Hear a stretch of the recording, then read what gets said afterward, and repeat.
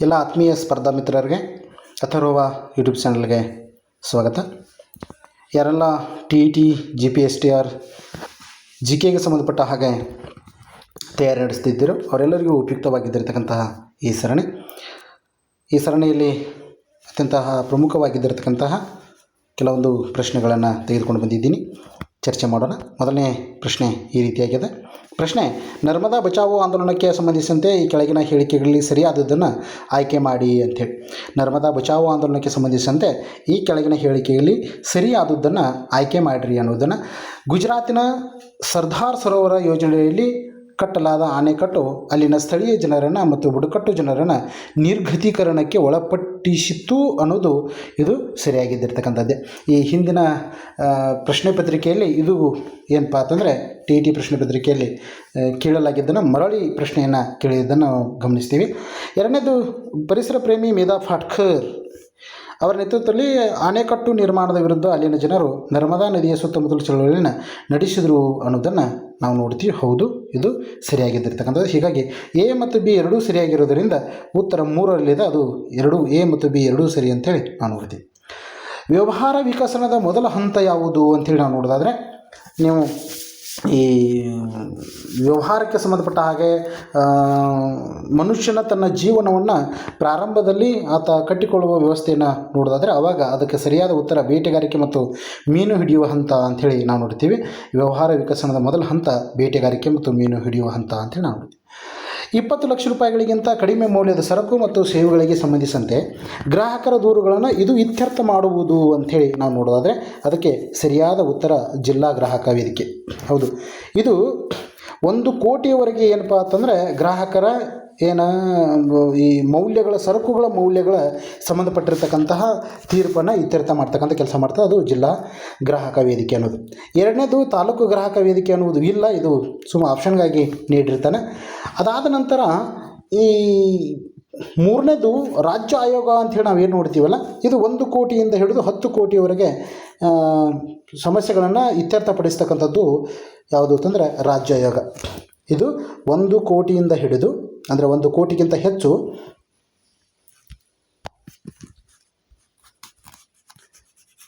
1 ಕೋಟಿಗಿಂತ ಹೆಚ್ಚು ಎಲ್ಲಿವರೆಗೆ 10 ಕೋಟಿಯವರೆಗೆ ವ್ಯಾಜ್ಯಗಳನ್ನು ತೆಗೆದುಕೊಳ್ತಕ್ಕಂಥದ್ದು ಯಾವುದು ಅಂತಂದರೆ ಅದು ರಾಜ್ಯ ಆಯೋಗ ಅಂತ ನೋಡ್ತೀವಿ. ಇನ್ನು 10 ಕೋಟಿಗಿಂತ ಹೆಚ್ಚಿನದಾಗಿದ್ದಿರ್ತಕ್ಕಂತಹ ವ್ಯಾಜ್ಯಗಳನ್ನು ನೋಡ್ತಕ್ಕಂಥದ್ದು ಅದು ಯಾವುದು ಅಂತಂದರೆ ರಾಷ್ಟ್ರೀಯ ಆಯೋಗ ಅಂತೇಳಿ. 10 ಕೋಟಿ ಮತ್ತು 10 ಕೋಟಿಗಿಂತ ಹೆಚ್ಚಾಗಿದ್ದಿರ್ತಕ್ಕಂಥ ಕೇಸ್ಗಳನ್ನು ತೀರ್ಮಾನ ಮಾಡ್ತದೆ. ಈ ಪ್ರಶ್ನೆಗೆ ಸರಿಯಾದ ಉತ್ತರ ಯಾವುದು ಅಂತಂದರೆ ಜಿಲ್ಲಾ ಗ್ರಾಹಕರ ವೇದಿಕೆ ಅಂಥೇಳಿ ನಾವು ನೋಡ್ತೀವಿ. ಮುಂದಿನ ಪ್ರಶ್ನೆ: ವಿಶ್ವ ವ್ಯಾಪಾರ ಸಂಘಟನೆಯ ಕೇಂದ್ರ ಕಚೇರಿ ಇರುವುದು ಅಂಥೇಳಿ ಕೊಟ್ಟಿದ್ದಾನೆ.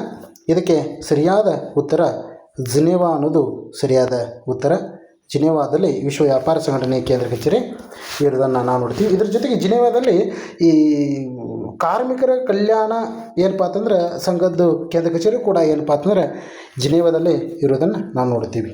ಮುಂದಿನ ಪ್ರಶ್ನೆ: ಜನರ ಸಾಮಾನ್ಯ ಜೀವನದ ವ್ಯವಹಾರಗಳನ್ನು ಅಧ್ಯಯನ ಮಾಡುವುದೇ ಅರ್ಥಶಾಸ್ತ್ರ ಅಂತ ಹೇಳಿದ ವ್ಯಕ್ತಿ ಯಾರು ಅಂಥೇಳಿ ನಾವು ನೋಡೋದಾದರೆ ಅದಕ್ಕೆ ಸರಿಯಾದ ಉತ್ತರ ಆಲ್ಫ್ರೆಡ್ ಮಾರ್ಷಲ್ ಅನ್ನುವುದು ಸರಿಯಾದ ಉತ್ತರ. ಆಲ್ಫ್ರೆಡ್ ಮಾರ್ಷಲ್ ಅವರು ಜನರ ಸಾಮಾನ್ಯ ಜೀವನದ ವ್ಯವಹಾರಗಳನ್ನ ಅಧ್ಯಯನ ಮಾಡುವುದೇ ಅರ್ಥಶಾಸ್ತ್ರ ಅಂಥೇಳಿ ವ್ಯಾಖ್ಯಾನವನ್ನು ಮಾಡಿರ್ತಾರೆ. ಮುಂದಿನ ಪ್ರಶ್ನೆ ಈ ರೀತಿಯಾಗಿದೆ. ಕೆಳಗಿನ ಹೇಳಿಕೆಗಳನ್ನ ಗಮನಿಸಿ ಮತ್ತು ಸರಿಯಾದ ಉತ್ತರವನ್ನು ಆಯ್ಕೆ ಮಾಡಿ ಅಂಥೇಳಿ. ಕೆಳಗಿನ ಹೇಳಿಕೆಗಳನ್ನ ಏನು ಕೊಟ್ಟಿದ್ದಾನೆ ಅಂತಂದರೆ ಇದು ಸರ್ಕಾರದ ಬ್ಯಾಂಕ್ ಆಗಿ ಕಾರ್ಯನಿರ್ವಹಿಸುತ್ತದೆ, ಇದು ಬ್ಯಾಂಕುಗಳ ಬ್ಯಾಂಕು ಆಗಿ ಕಾರ್ಯನಿರ್ವಹಿಸ್ತದೆ, ಇದು ವಿದೇಶಿ ವಿನಿಮಯ ಸಂಗ್ರಹದ ಮೇಲ್ವಿಚಾರಕ ಮಾಡ್ತದೆ, ಇದು ಸಾಲ ಪ್ರಮಾಣ ಪತ್ರ ನಿಯಂತ್ರಕ ಅಂಥೇಳಿ ನಾವು ನೋಡ್ತೀವಿ. ಹೌದು, ಇವೆಲ್ಲವೂ ಸರಿಯಾಗಿದ್ದಿರ್ತಕ್ಕಂಥವೇ. ನೋಡಿ, ಇದು ಸರ್ಕಾರದ ಬ್ಯಾಂಕು ಆಗಿ ಕೆಲಸ ಮಾಡುತ್ತಂದರೆ ಇದು ಸರ್ಕಾರದ ಎಲ್ಲ ಹಣಗಳನ್ನು ಡಿಪಾಸಿಟ್ ಮಾಡಿಕೊಂಡು ಸರ್ಕಾರಕ್ಕೆ ಅವಶ್ಯಕ ಇರುವ ಸಂದರ್ಭದಲ್ಲಿ ಹಣವನ್ನು ನೀಡುವುದರಿಂದ ಇದನ್ನು ಸರ್ಕಾರದ ಬ್ಯಾಂಕಾಗಿ ಕೆಲಸ ಮಾಡ್ತದೆ. ಎರಡನೇದು, ಇದು ಬ್ಯಾಂಕ್ ಆಗಿ ಕೆಲಸ ಮಾಡ್ತದೆ. ದೇಶದಲ್ಲಿದ್ದಿರ್ತಕ್ಕಂಥ ಎಲ್ಲ ಬ್ಯಾಂಕುಗಳಿಗೆ ನಿಯಮಗಳನ್ನು, ಬ್ಯಾಂಕುಗಳನ್ನು ನಿಯಂತ್ರಣ ಮಾಡುವುದನ್ನು, ಬ್ಯಾಂಕುಗಳಿಗೆ ಸಾಲ ಕೊಡುವುದನ್ನು ಮಾಡುವುದೇ ಇದು RBI, reserve bank of India ಅಂತ ನಾವು ನೋಡ್ತೀವಿ. ಇದು ವಿದೇಶಿ ವಿನಿಮಯ ಸಂಗ್ರಹದ ಮೇಲ್ವಿಚಾರಣೆ ಮಾಡ್ತಾ. ಹೌದು, ಇದು ವಿದೇಶಿ ವಿನಿಮಯದ ಸಂಗ್ರಹಣೆಯನ್ನು ಮಾಡ್ತದೆ. ಇದು ಸಾಲದ ಪ್ರಮಾಣದ ನಿಯಂತ್ರಣವನ್ನು ಮಾಡ್ತದೆ ಅನ್ನೋದು ಸರಿಯಾಗಿದ್ದಿರ್ತಕ್ಕಂಥದ್ದು. ಇದ್ಯಾವುದು ಅಂತಂದರೆ ಭಾರತೀಯ ರಿಸರ್ವ್ ಬ್ಯಾಂಕ್ ಅಂತ ನೋಡ್ತೀವಿ, RBI ಅಂಥೇಳಿ. ಮುಂದಿನ ಪ್ರಶ್ನೆ: ಪರೋಕ್ಷ ತೆರಿಗೆಗಳ ಸರಿಯಾದ ಗುಂಪು ಯಾವುದು ಅಂಥೇಳಿ ನಾವು ನೋಡೋದಾದರೆ ಪ್ರತ್ಯಕ್ಷ ಅಲ್ಲ ಪರೋಕ್ಷವಾಗಿದ್ದಿರ್ತಕ್ಕಂತಹ ತೆರಿಗೆಯ ಸರಿಯಾದ ಗುಂಪು ಅಂಥೇಳಿ ನಾವು ನೋಡೋದಾದರೆ ಪರೋಕ್ಷವಾಗಿದ್ದಿರ್ತಕ್ಕಂಥದ್ದು ಅಂತಂದರೆ ಅಬಕಾರಿ ತೆರಿಗೆ, ಮೌಲ್ಯವರ್ಧಿತ ತೆರಿಗೆ, ಆಮದು ರಫ್ತುಗಳ ಸುಂಕ ಮತ್ತು ಸೇವಾ ಸುಂಕ ಅಂಥೇಳಿ ನಾವು ನೋಡ್ತೀವಿ.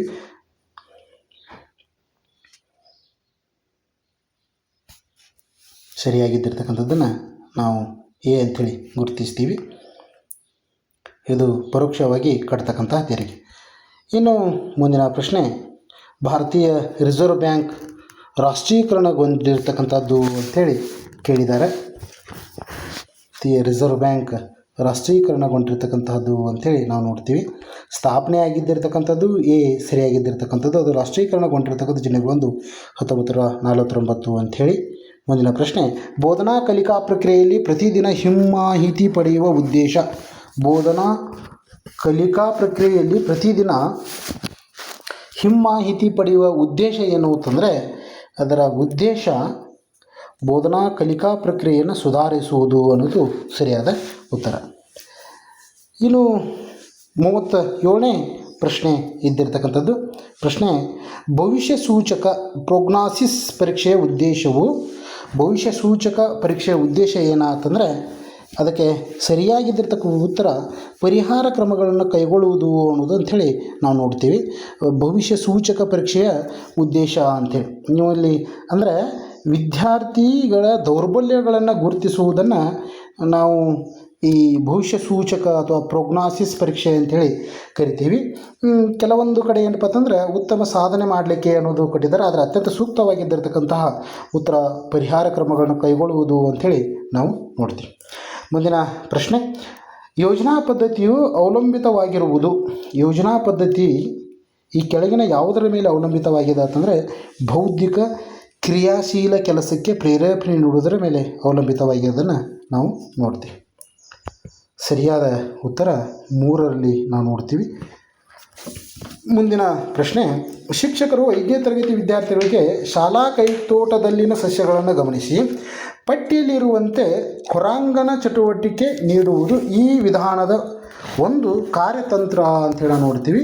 ಅದು 5ನೇ ತರಗತಿ ವಿದ್ಯಾರ್ಥಿಗಳಿಗೆ ಶಾಲಾ ಕೈತೋಟಿನಲ್ಲಿ ಸಸ್ಯಗಳನ್ನು ಗಮನಿಸಿ ಪಟ್ಟಿ ಮಾಡುವಂತ ಹೇಳಿದ್ದಾರೆ ಅಂತಂದರೆ, ಮಗುವಿಗೆ ವೀಕ್ಷಣೆ ಮಾಡಲಿಕ್ಕೆ ವೀಕ್ಷಣಾ ತಂತ್ರವನ್ನು ಗುರುಗಳು ಇಲ್ಲಿ ಬಳಸುತ್ತಿದ್ದಾರೆ ಅನ್ನೋದನ್ನು ನಾವು ನೋಡ್ತೀವಿ. ಮುಂದಿನ ಪ್ರಶ್ನೆ, ಪಾಠ ಯೋಜನೆಯ ಬೆನ್ನೆಲುಬು ಎಂದು ಕರೆಯುವ ಪ್ರಶ್ನೆಗಳು. ನಾವು ಯಾವುದೇ ಒಂದು ಪಾಠದಲ್ಲಿ ಮಗು ಎಷ್ಟು ಮಟ್ಟಿಗೆ ತಿಳ್ಕೊಂಡದ ಅದನ್ನು ನಾವು ಮುಂದುವರಿಸಲಿಕ್ಕೆ ಅಂಥೇಳಿ ಕೇಳ್ತಕ್ಕಂಥದ್ದು. ಅದಕ್ಕೆ ಸರಿಯಾದ ಉತ್ತರ ಯಾವುದು ಅಂತಂದರೆ ಬೆಳವಣಿಗೆ ಪ್ರಶ್ನೆಗಳು, ಡೆವಲಪ್ಮೆಂಟ್ ಕ್ವಶನ್ ಅಂಥೇಳಿ ಏನು ಕರಿತೇವಲ್ರಿ, ಅದನ್ನು ನಾವು ಈ ಪಾಠ ಯೋಜನೆಯ ಬೆನ್ನೆಲುಬು ಅಂಥೇಳಿ ಕರಿತೀವಿ. ಪಾಠ ಯೋಜನೆಯ ಬೆನ್ನೆಲುಬು ಅಂಥೇಳಿ ಬೆಳವಣಿಗೆ ಪ್ರಶ್ನೆಗಳನ್ನು ನಾವು ನೋಡ್ತೀವಿ. ಮುಂದಿನ ಪ್ರಶ್ನೆ, ಯೋಜನಾ ಪದ್ಧತಿಯ ಬೋಧನೆಯನ್ನು ಮೊಟ್ಟ ಮೊದಲ ಬಾರಿಗೆ ಬಳಸಿದವರು ಯಾರು ಅಂಥೇಳಿ ನಾವು ನೋಡ್ತೀವಿ. ಅದು ಸರಿಯಾದ ಉತ್ತರ ಮೊಟ್ಟ ಮೊದಲ ಬಾರಿಗೆ ಅಂಥೇಳಿ ಬಂದಾಗ ಅದು WH ಕಿಲ್ಪ್ಯಾಟ್ರಿಕ್ ಅಂತಕ್ಕಂಥದ್ದು. WH ಕಿಲ್ಪ್ಯಾಟ್ರಿಕ್ ಅನ್ನುವುದು ಅದಕ್ಕೆ ಸರಿಯಾದ ಉತ್ತರ ಅಂಥೇಳಿ ನಾವು ನೋಡ್ತೀವಿ. ಮುಂದಿನ ಪ್ರಶ್ನೆ, ಒಂದು ಕಾಲರೇಖೆಯಲ್ಲಿ 2 ದೇಶಗಳ ಘಟನೆಗಳನ್ನು ಒಂದರ ಪಕ್ಕ ಇನ್ನೊಂದನ್ನು ಪ್ರತಿನಿಧಿಸುವ ಕಾಲರೇಖೆ ಅಂತಂದರೆ ನೋಡ್ರಿ, ಒಂದು ಕಾಲರೇಖೆಯಲ್ಲಿ 2 ದೇಶಗಳ ಘಟನೆಗಳನ್ನ ಒಂದರ ಪಕ್ಕ ಇನ್ನೊಂದನ್ನು ಪ್ರತಿನಿಧಿಸುವ ಕಾಲರೇಖೆಯನ್ನು ನಾವೇನಂತ ಕರಿತೀವಿ ಅಂತಂದ್ರೆ ಅವುಗಳನ್ನು ಹೋಲಾತ್ಮಕ ಅಂಥೇಳಿ ಕರಿತೀವಿ, ಹೋಲಿಕಾತ್ಮಕ ಅಂಥೇಳಿ ಕರಿತೀವಿ. ಮುಂದಿನ ಪ್ರಶ್ನೆ, ಒಂದು ಜನಾಂಗದ ಅಥವಾ ರಾಷ್ಟ್ರದ ಸ್ಮರಣೆಯ ಇತಿಹಾಸ ಅಂತ ಹೇಳಿಕೆಯನ್ನು ನೀಡಿದ ವ್ಯಕ್ತಿ ಯಾರ ಅಂಥೇಳಿ ಕೇಳಿದ್ದಾರೆ. ಕೆಲವಷ್ಟು ಭಾಗಗಳಲ್ಲಿ ಇದಕ್ಕೆ ಉತ್ತರ ಬಹಳಷ್ಟು ಗೊಂದಲವಾಗಿದೆ. ಕೆಲವೊಂದು ಗ್ರಂಥಗಳಲ್ಲಿ ಹೆಗಲ್ ಅಂತಕ್ಕಂತಹ ಉತ್ತರವನ್ನು ನಾವು ನೋಡ್ತೀವಿ. ಇನ್ನು ಕೆಲವೊಬ್ಬರು ಹೇಳುವ ಪ್ರಕಾರ ಅದು ಎಸ್ ರಾಧಾಕೃಷ್ಣನ್ ಅಂತಕ್ಕಂತಹ ಮಾತನ್ನು ಹೇಳ್ತಾರೆ. ಅದು ಸ್ವಲ್ಪ ಗೊಂದಲದಿರುವುದನ್ನು ನೋಡೋದು. ನೀವು ಸಾಧ್ಯವಾದರೆ ವೀಕ್ಷಿಸಿ, ನಿಮಗೆ ಗೊತ್ತಾದರೆ ಕಮೆಂಟನ್ನು ಮಾಡಿರಿ ಅಂತಕ್ಕಂಥ ಮಾತನ್ನು ಹೇಳ್ತಾ ಮುಂದಿನ ಪ್ರಶ್ನೆಯನ್ನು ಚರ್ಚೆ ಮಾಡೋಣ. ವಿವರಿಸುವವನು ಮತ್ತು ದೃಷ್ಟಾಂತೀಕರಿಸುವವನು.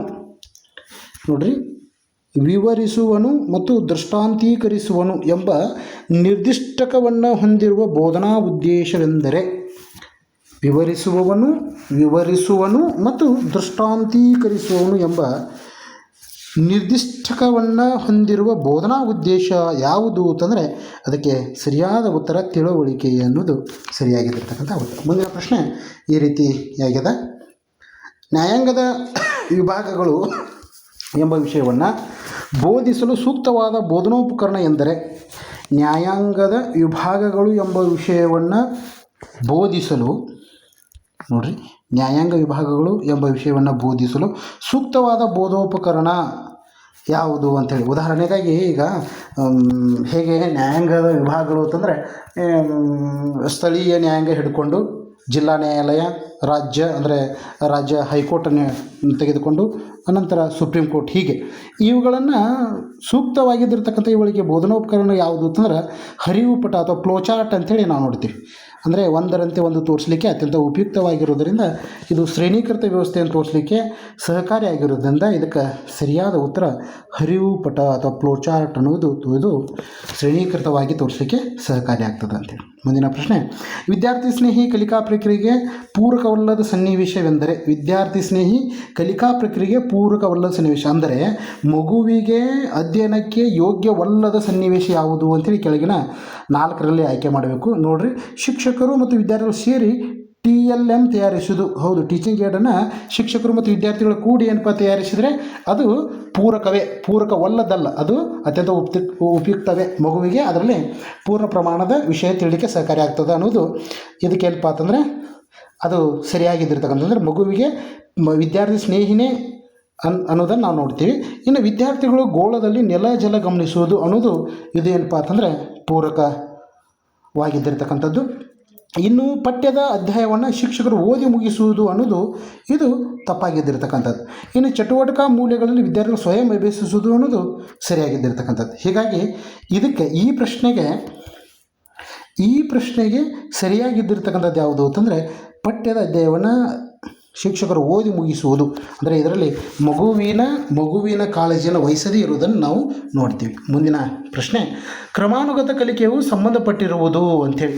ಕ್ರಮಾನುಗತ ಕಲಿಕೆಯು ಯಾವುದಕ್ಕೆ ಸಂಬಂಧಪಟ್ಟದ ಅಂಥೇಳಿ ನಾವು ನೋಡೋದಾದರೆ ಕೆಳಗೆ ಕೊಟ್ಟಿರತಕ್ಕಂತಹ ಸಂಬಂಧೀಕರಣ ನಿಯಮ ಆಗಿರ್ಬೋದು, ಅಭ್ಯಾಸ ನಿಯಮ ಆಗಿರ್ಬೋದು, ಸಿದ್ಧತೆ ನಿಯಮ ಆಗಿರ್ಬೋದು, ಪರಿಣಾಮದ ನಿಯಮ ಅಂಥೇಳಿ ನಾವು ನೋಡ್ತೀವಿ. ಇದಕ್ಕೆ ಸರಿಯಾದ ಉತ್ತರ ಯಾವುದು ಅಂತಂದರೆ ಸಂಬಂಧೀಕರಣದ ನಿಯಮ.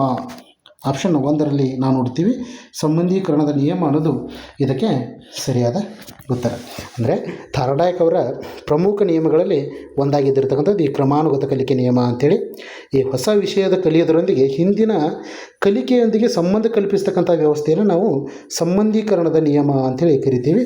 ಇದು ಕ್ರಮಾನುಗತ ಕಲಿಕೆಗೆ ಸಹಕಾರಿಯಾಗ್ತದೆ ಅಂಥೇಳಿ. ಮುಂದಿನ ಪ್ರಶ್ನೆ, ನ್ಯಾಯಸಮ್ಮತ ವಿಚಾರಣಾ ಮಾದರಿಯು ಈ ಕುಟುಂಬಕ್ಕೆ ಸಂಬಂಧಿಸಿದೆ ಅಂಥೇಳಿ. ನ್ಯಾಯಸಮ್ಮತ ವಿಚಾರಣಾ ಅಂಥೇಳಿ ಬರ್ತದೆ. ನ್ಯಾಯಸಮ್ಮತ ವಿಚಾರಣಾ ಮಾದರಿ ಈ ಕುಟುಂಬಕ್ಕೆ ಸಂಬಂಧಿಸಿದೆ ಅಂತಂದರೆ ಅದಕ್ಕೆ ಸರಿಯಾದ ಉತ್ತರ ಯಾವುದು ಅಂತಂದರೆ ಸಾಮಾಜಿಕ ಅಂತರ್ಕ್ರಿಯಾ ಮಾದರಿ ಅನ್ನುವುದು ಸರಿಯಾದ ಉತ್ತರ ಅಂಥೇಳಿ. ಇನ್ನು ಪಾತ್ರಾಭಿನಯದ ಕೊನೆಯ ಹಂತ ಫೇಸ್ ಯಾವುದು ಅಂಥೇಳಿ ನಾವು ನೋಡ್ತೀವಿ. ಅದು ಸಾಮಾನ್ಯೀಕರಿಸುವುದಕ್ಕೆ ಬರುವುದು. ಸಾಮಾನ್ಯೀಕರಿಸುವುದು ಅಂಥೇಳಿ ನಾವು ನೋಡ್ತೀವಿ. ಇನ್ನು ಮುಂದಿನ ಪ್ರಶ್ನೆ ಈ ರೀತಿಯಾಗಿದೆ. ಅಪ್ರಕ್ಷೇಪಿತ ಅಂದರೆ ಪ್ರಕ್ಷೇಪಿತವಲ್ಲದ ಅಂದಂಗೆ ಅಪ್ರಕ್ಷೇಪಿತ ಸಾಮಗ್ರಿಗಳಿಗೆ ಉದಾಹರಣೆ ಯಾವುದು ಅಂಥೇಳಿ ನಾವು ನೋಡ್ತೀವಿ. ಇದರಲ್ಲಿ ಸರಿಯಾದ ಉತ್ತರ ಬುಲೆಟಿನ್ ಬೋರ್ಡ್ ಅನ್ನುವುದು ಇದಕ್ಕೆ ಸರಿಯಾಗಿದ್ದಿರ್ತಕ್ಕಂಥ ಉತ್ತರ ಅಂಥೇಳಿ. ಇವು ಅತ್ಯಂತ ಉಪಯುಕ್ತವಾಗಿದ್ದಿರ್ತಕ್ಕಂತಹ ಪ್ರಶ್ನೆಗಳು ಅಂಥೇಳಿ ಇಲ್ಲಿವರೆಗೆ ನಾವು ನೋಡಿದ್ದೀವಿ. ಇಲ್ಲಿವರೆಗೆ ಪೂರ್ಣವಾಗಿ ವೀಕ್ಷಿಸಿದ್ದಿರ್ತಕ್ಕಂತಹ ಎಲ್ಲ ಆತ್ಮೀಯ ಸ್ಪರ್ಧಾ ಮಿತ್ರರಿಗೆ ತುಂಬ ಧನ್ಯವಾದಗಳು ತಿಳಿಸ್ತಾ, ಈ ವಿಡಿಯೋ ತಮಗೇನಾದರೂ ಇಷ್ಟವಾದರೆ ಸಬ್ಸ್ಕ್ರೈಬ್ ಮಾಡಿರಿ, ಶೇರ್ ಮಾಡಿರಿ, ಲೈಕ್ ಮಾಡಿರಿ, ಸಾಧ್ಯವಾದರೆ ನಿಮ್ಮ ಸ್ನೇಹಿತರಿಗೆ ಶೇರ್ ಮಾಡಿರಿ ಅಂತಕ್ಕಂಥ ಮಾತನ್ನು ಹೇಳ್ತಾ ತಮ್ಮೆಲ್ಲರಿಗೂ ತುಂಬ ಧನ್ಯವಾದಗಳನ್ನು ತಿಳಿಸ್ತಾ ಇಲ್ಲಿಗೆ ಈ ಸಂಚಿಕೆಯನ್ನು ಮುಗಿಸೋಣ. ಧನ್ಯವಾದಗಳು.